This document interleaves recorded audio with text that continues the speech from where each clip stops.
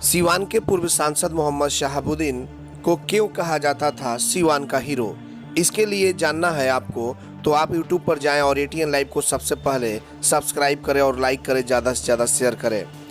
मोहम्मद शहाबुद्दीन को हीरो इसलिए कहा जाता था कि मोहम्मद शहाबुद्दीन जिसको अपना मान लेते थे उसके लिए वो कुछ भी करने के लिए तैयार हो जाते थे।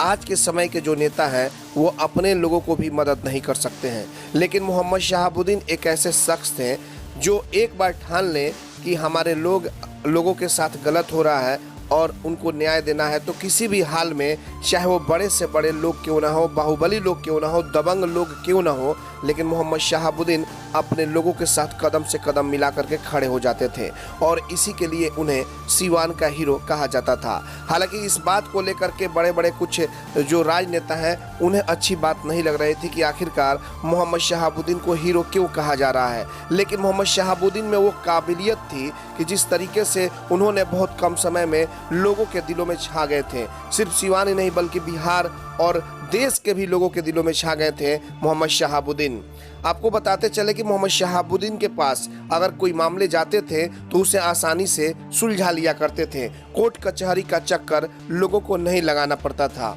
और इसीलिए मोहम्मद शहाबुद्दीन सबके लिए हीरो कहे जाते थे।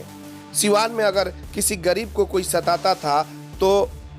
मोहम्मद शहाबुद्दीन उसके लिए खड़े हो जाते थे और जब वो बैठते थे, उनका दरबार लगता था, तो उस दरबार में जब फरियाद लेकर के वो असहाय गरीब लोग पहुंचते थे तो बिल्कुल चंद मिनटों में मामले को सुलझा लिया जाता था और इसी को लेकर के मोहम्मद शहाबुद्दीन काफ़ी चर्चा में हो गए, लोगों के दिलों में छा गए, गरीबों की धड़कन बन गए थे, जिसको लेकर के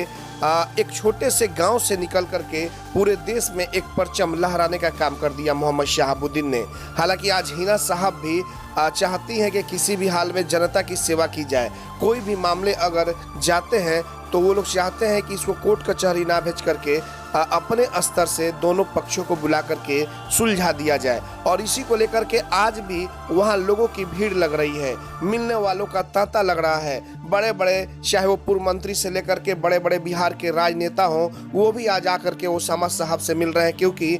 मोहम्मद शहाबुद्दीन की जो परछाई है वो ओसामा साहब में दिखाई दे रही है और उनको इतना जरूर लग रहा है कि मोहम्मद शहाबुद्दीन जिस तरीके से विकास किए, जिस तरीके से पूरे बिहार में अपना नाम और पहचान